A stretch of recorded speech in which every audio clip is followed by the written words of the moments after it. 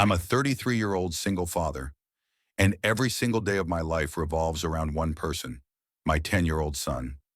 I work two jobs to keep us going. Weekdays, I spend long hours at a warehouse, lifting, sorting, sweating through endless shifts.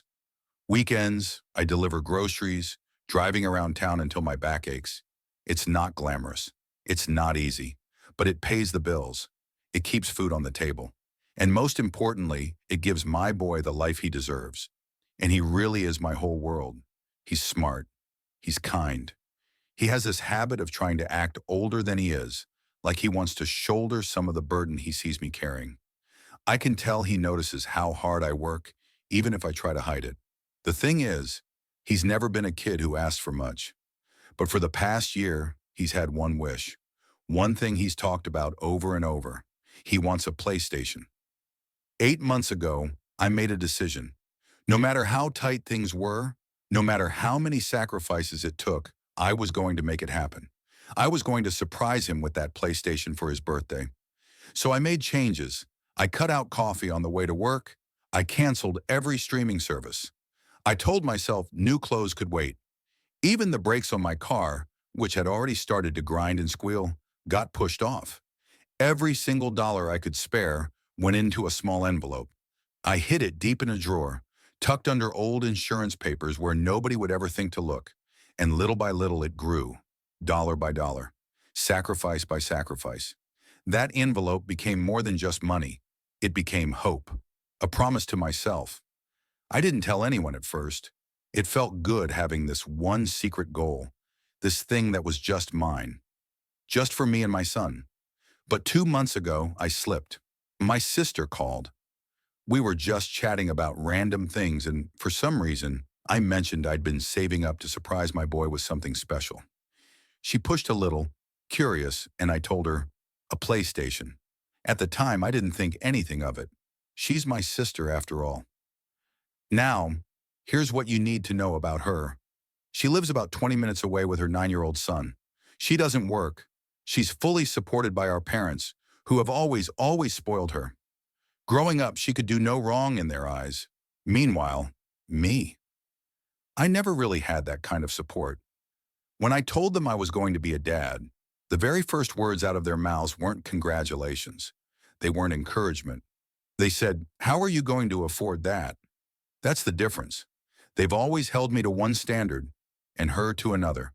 She's praised for being a mother, even though she hasn't had a job in years and drops her son off at our parents' house half the time. Our relationship has been distant, not openly hostile, but cold. She only really calls when she wants something or has something to brag about. But even with all of that, I never thought she'd do what she did. A few weeks before my son's birthday, I finally did it. I bought the PlayStation, paid in full, cash, brand new, still sealed. I brought it home, tested it to make sure it worked, then boxed it carefully back up and tucked it in the top of my closet. I kept imagining the moment, my boy tearing into the wrapping paper, his eyes lighting up, that wide smile spreading across his face. 8 months of sacrifice, and I was finally about to give him something he'd been dreaming about. Then one afternoon, everything changed. My sister stopped by unannounced. She said she was just in the area and wanted to check in. I didn't think much of it when she asked to use the bathroom or when she wandered around my place a little. At one point, she asked about the PlayStation. Just a casual, almost joking, "Do you still have it?" I told her yeah, but I'd hidden it in case my son tried snooping. She laughed and said she'd love to see it sometime. I said maybe, and we moved on. I thought nothing of it. But a few days later, I had this strange feeling. It was a rare weekday afternoon when I was home alone. My son was still at school. For some reason, I decided to check on the gift. I opened the closet door. At first, everything looked normal. But when I reached up, the box was gone. Completely gone. I pulled down every bin, every shoebox, every bag. I checked under the bed, inside the laundry basket, behind the dresser. Nothing. I even opened the trunk of my car, even though I knew I hadn't taken it out. That's when it hit me. There was only one person who knew. I grabbed my phone and called my sister. No small talk, no pleasantries. straight to the point. I asked her if she had been in my closet, and she didn't even deny it. She told me flat out, yes. She had taken the PlayStation. She gave it to her son. Just like that. She said she assumed I wouldn't mind, that her boy had been struggling emotionally and he needed something good to lift his spirits. She actually thought I'd understand, because after all, he's family too. I couldn't even process it. She didn't ask. She didn't wait for permission. She just decided, on her own, that her son deserved the gift I had spent 8 months sacrificing for. When I reminded her it was for my son's birthday, she brushed it off, said kids that age don't even remember gifts anyway, said it was more important that her boy didn't feel left out. No apology, no offer to return it. Nothing. She acted like she was being considerate by telling me after the fact, as if I should thank her for letting me know. I stood there in my apartment for a long time, just staring at the empty closet shelf. The dust outline of the box was still there, like a cruel reminder. 8 months of planning, 8 months of sacrifice, all for one single moment I wanted to give my son. Gone, taken like it meant nothing. And in that moment I realized, this wasn't just about a video game console. It was about boundaries. It was about respect. And it was about people who think they can take whatever they want, just because they share your last name. That same evening, I left work early. My hands were shaking on the steering wheel as I drove straight to my sister's house. I parked across the street, engine still running. Her living room window was wide open, the blinds pulled halfway down. The lights inside glowed against the darkening sky. And there he was, her son, sitting cross-legged on the rug, holding the controller, eyes glued to the TV screen. On that screen was the PlayStation, the one I had worked 2 jobs to pay for, the one I had saved 8 long months to buy, the one I had hidden, protected, dreamed about giving to my boy on his birthday, already unboxed, already plugged in, already being treated like it belonged to him. I walked up the driveway, heart pounding, and rang the doorbell. When the door cracked open, my sister peeked out. She didn't open it wide, just enough to block the view inside. I told her straight, "I'm not here to argue. I just want what's mine." She stepped outside, pulling the door closed behind her. Her face was calm, almost smug. She said I was too late. Her son was already playing. According to her, taking it back now would emotionally wreck him. She actually told me I'd be tearing apart a child's happiness. I told her the truth. It wasn't hers to give away. She had no right. And I wasn't leaving without it. But she didn't even flinch. She looked me in the eye, said I was overreacting, and shut the door in my face. I stood there on the porch, fists clenched, for what felt like forever. Then I turned and walked back to my car. I thought maybe my parents would understand, so I drove to their house. I hadn't told them what happened yet, but I figured if nothing else, they would see how wrong it was. I was wrong about that too. When I told them, my mother just looked confused. She asked why I didn't just let the kids take turns with it for a while. My father was even worse. He said it was just a toy, that maybe I was working too much and needed to refocus on family instead of material things. He actually told me boys don't need video games. What they need are chores and sunlight. I didn't stay long. I left before I said something I couldn't take back. Back home, the apartment was quiet, but I wasn't. I pulled open my filing cabinet and spread everything out on the table. The store receipt, my bank statements, screenshots of the messages I had exchanged with my sister when I mentioned the PlayStation. Every piece of proof I stacked into a folder. Then I drove to the police station. That night I filed a theft report. The officer on duty wrote everything down, asked if I had evidence, and copied it all. He told me they'd send someone by my sister's place for a courtesy visit, but he also warned me, because it was family, things might get complicated. And he was right. The next afternoon, 2 officers knocked on her door. She told them straight to their faces that she hadn't stolen anything. She said it was a private family dispute, that she had simply repurposed a shared family resource for a child in need. Later, one of the officers called me. He explained they wouldn't be able to retrieve the PlayStation. If I wanted it back, I'd have to take her to small claims court. They logged the complaint, but they wouldn't intervene. That night, my phone lit up. Paragraphs, dozens of messages from her, accusing me of trying to tear the family apart over a toy, calling me selfish, saying I didn't understand what her son was going through, claiming I was punishing her for needing help. I didn't even finish reading them. I blocked her number, blocked her email, and when relatives tried to forward her words to me, I blocked them too. I didn't want to hear another word. 2 days later, my son's birthday arrived. I baked a cake. I wrapped the few small gifts I could afford, a couple of books, a board game, some candy. He smiled when he opened them. He thanked me. He even tried to act excited. But I saw it. The bounce in his step wasn't there. He didn't know what he was supposed to be getting, but he knew something felt off. That night after dinner, we sat at the kitchen table and played the board game together. He laughed a few times, cracked a few jokes, but the joy didn't last. After he went to bed, I cleared the plates, turned off the lights, and sat alone with the last slice of cake on a paper plate. I stared at the empty spot in the living room where the PlayStation should have been waiting, where the gift I'd worked so hard for should have been glowing with anticipation. And that's when it hit me. This wasn't about stolen property anymore. This was about someone who thought they could take whatever they wanted, and everyone else making excuses for it. I had sacrificed. I had planned. I had worked for months to give my son one perfect memory.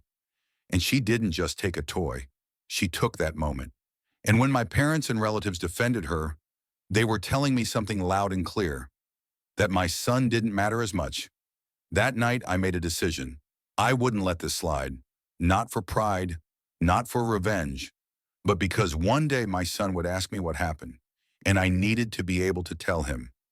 When someone crossed a line, I didn't roll over. I stood up. I fought for him.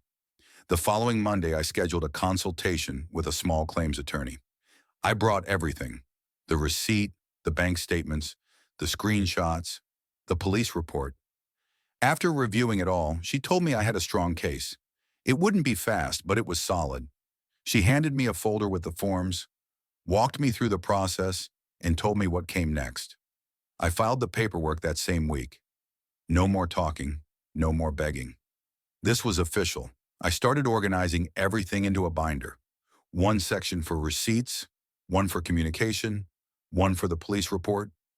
I even began jotting down a full timeline, so I wouldn't miss a single detail when I stood in front of a judge. A few days later, my phone rang. It was a cousin I hadn't spoken to in months. He told me my sister had been at a family gathering, twisting the story. According to her, I wasn't fighting for my son. I was abandoning family values over electronics. She claimed I was humiliating her just to feel powerful. And since she couldn't message me directly anymore, she found her way back through others. Soon my phone was filling with messages from relatives. Some told me to let it go. Some accused me of tearing the family apart. Others tried to guilt me by saying I was hurting the kids. Not a single one of them asked for my side. They had already chosen who they were going to believe. I didn't argue. I didn't waste words. I took screenshots of every single message, and I sent them straight to my attorney. After that, I blocked every relative who tried to mediate. I wasn't going to waste breath explaining myself to people who never cared about the truth. At work, I pulled my manager aside and told him what was going on. To my surprise, he didn't just listen. He offered me a flexible schedule so I could make court dates and appointments if needed. That small show of support, it meant more than he knew. One night during my delivery shift, a co-worker overheard me talking to my attorney on the phone. Later, he came up and asked, "Do you still need a PlayStation?" Turns out he had an older one he'd been planning to sell. Not brand new, but in great condition. I tested it, handed him the cash, and took it home. The next day, I set it up on our living room TV and left it running on the home screen. When my son walked in from school, he froze. Then he dropped his backpack, sprinted toward the TV, and shouted, "You're the best dad ever." That look on his face, pure joy. It wasn't the console I'd saved for, but in that moment, it didn't matter. He played for hours while I made popcorn and turned down the lights. Finally, after weeks of stress and disappointment, he had his moment. But I didn't forget why we were here. This wasn't about holding a grudge. It was about boundaries.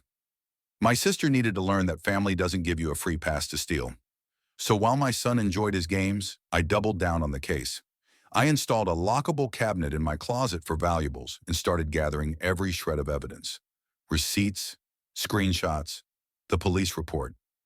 I even got a written statement from my neighbor, who remembered seeing my sister's car outside my apartment the day the console vanished, carrying a box. Piece by piece, my binder grew stronger, but my sister wasn't sitting quietly. At a family dinner I wasn't invited to, she rewrote the story. Suddenly, I wasn't a dad standing up for his son. I was difficult, controlling, a man tearing the family apart over a toy. The whispers spread, but I ignored them. Not everyone bought into her lies. One aunt even called to say she supported me, that this wasn't the first time my sister got away with something, but I didn't want to drag anyone else into it unless I had to. As the court date grew closer, I noticed the pressure rising. One night I walked to my car after work and froze. The word traitor was scratched into the driver's side door. Not deep, but visible. I drove straight to the police station and filed another report. Didn't accuse anyone, just explained the situation. The officers suggested cameras, so the next day I installed 2. One for the front door, one for the driveway.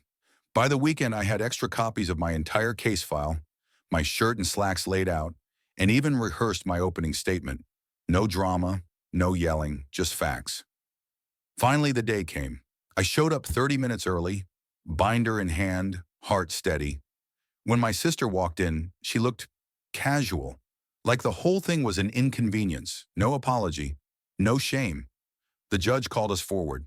I handed over my documents. My sister tried to spin it off as a misunderstanding, a family gift that got mixed up. The judge asked if she had any proof, messages, receipts, statements. She shook her head.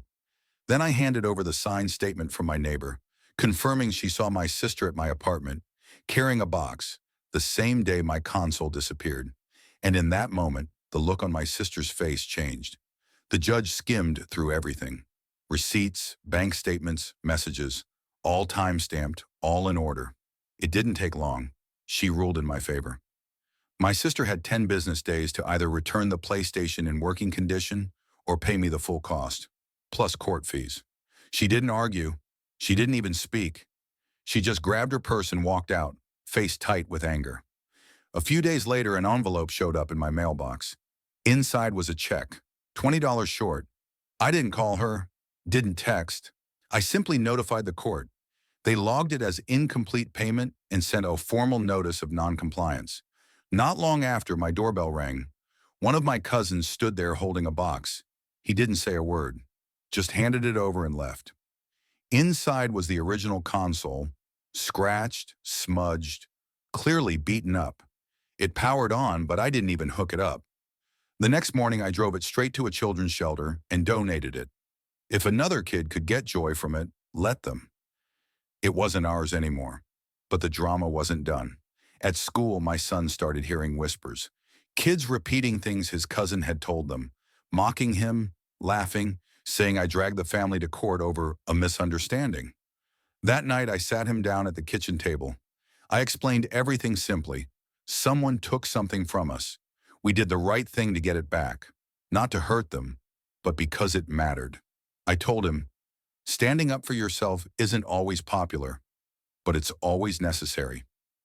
Then I took his phone, blocked his cousin's number, and made a note to talk to his teachers.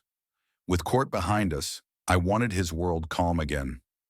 We built a routine, screen time, homework, park time. I signed him up for a local gaming club so he could meet kids outside of school. Then when the court followed up on the missing $20, the rest of the payment finally arrived.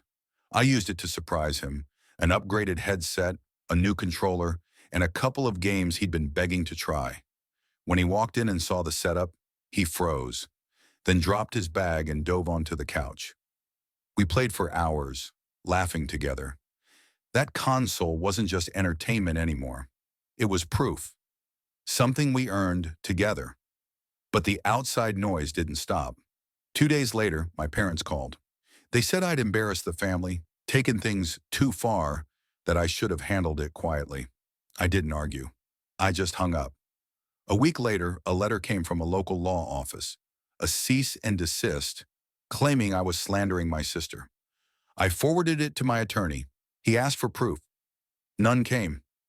3 days later, the case was withdrawn. Even her lawyer dropped her, Still, the invitations didn't stop. Another cousin asked me to a birthday party where my sister would be. I declined politely. No excuses, no explanation. But the stories kept circling. One cousin even told classmates they deserved the PlayStation more. My son didn't seem bothered. He repeated it flatly, like it didn't matter. I told him, people will say things without knowing the truth. Don't give those words any power. Quietly, I started cleaning up his contacts, removing numbers tied to all the chaos. Not to isolate him, just to protect his peace. He didn't resist. He just nodded and moved on. Then one night, while taking out the trash, I noticed someone standing at the far end of the building. They weren't moving. They weren't speaking. They were just watching. When the figure noticed me, they turned and walked away. No words, no glance back. I didn't recognize them from the complex or the neighborhood.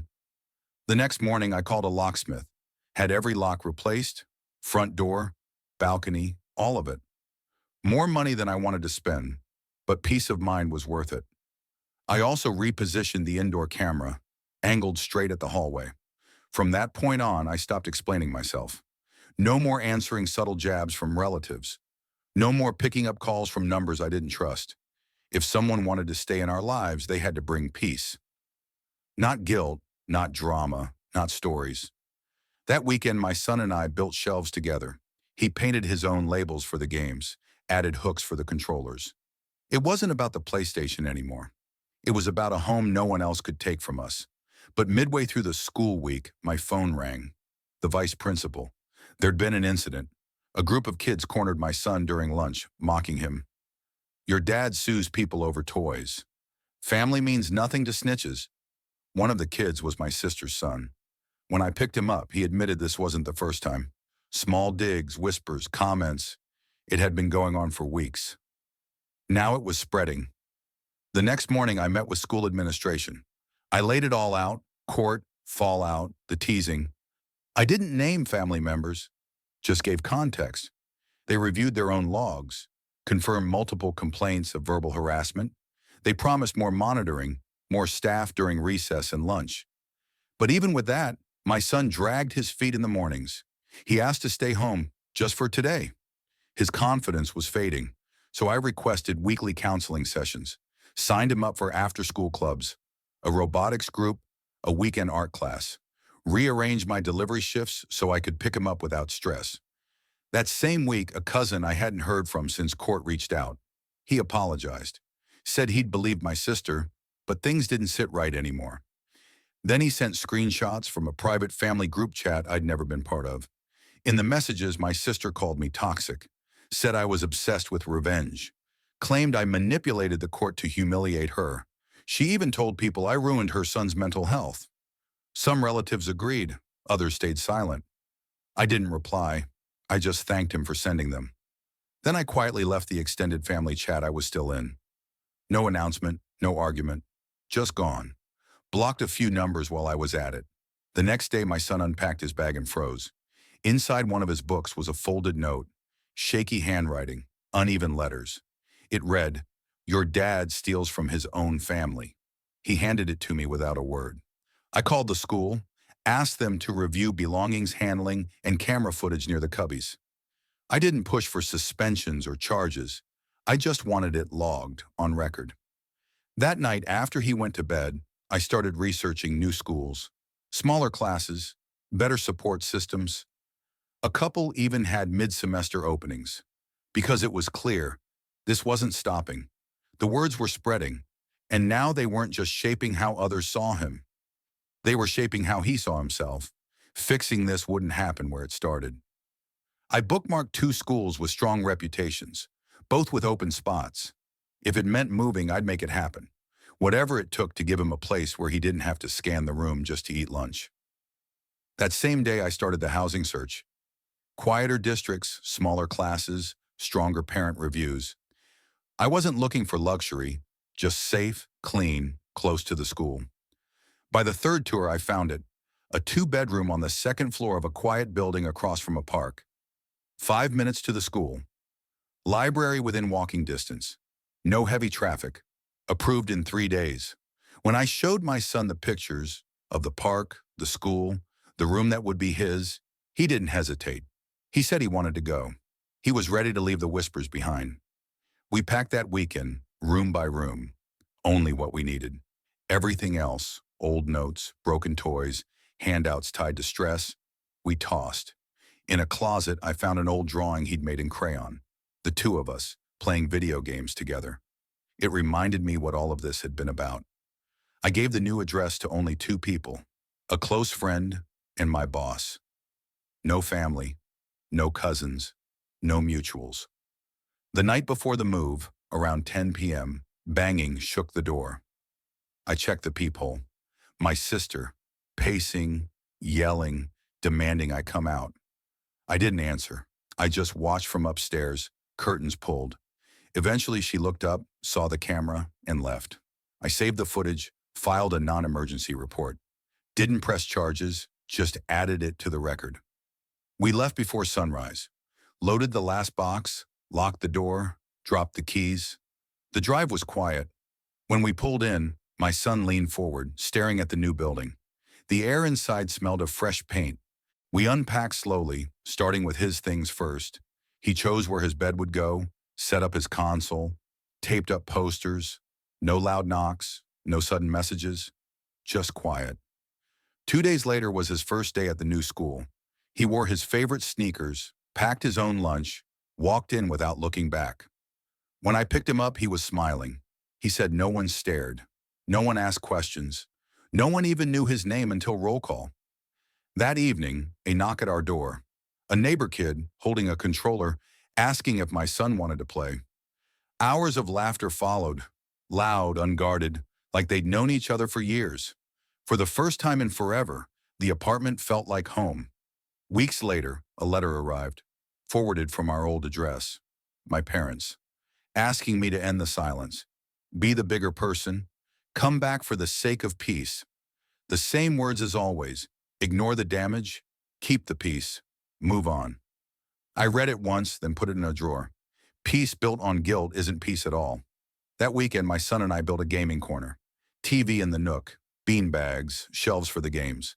We made a sign from construction paper that said, "Our space," pinned it above the screen. Simple, but ours. Soon his new friends were coming over, dropping backpacks, kicking off shoes, diving into multiplayer matches.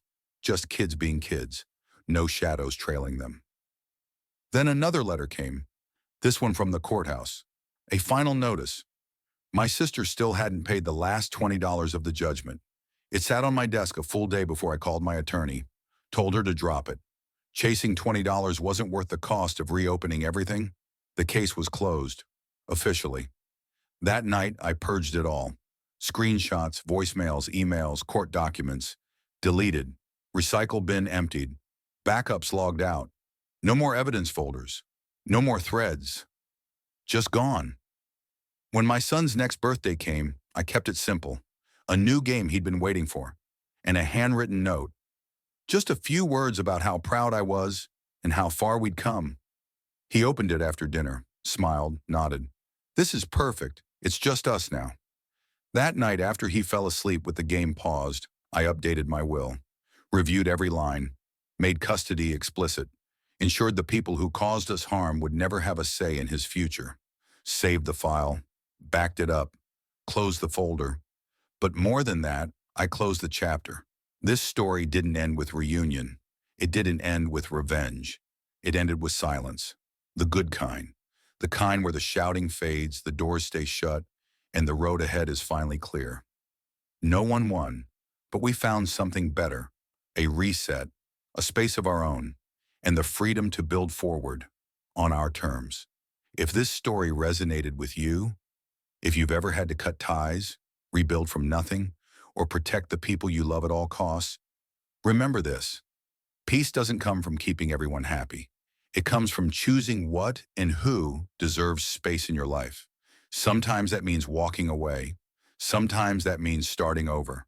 And sometimes the bravest thing you can do is build quietly and never look back. If you took something from this story, hit that like button so more people can hear it. Subscribe if you want more real stories like this one, raw, unfiltered, and true, and drop a comment below. Would you have handled it the same way or differently? I'll be reading through them because sometimes sharing our stories is how we remind each other we're not alone in the fight to protect what matters most.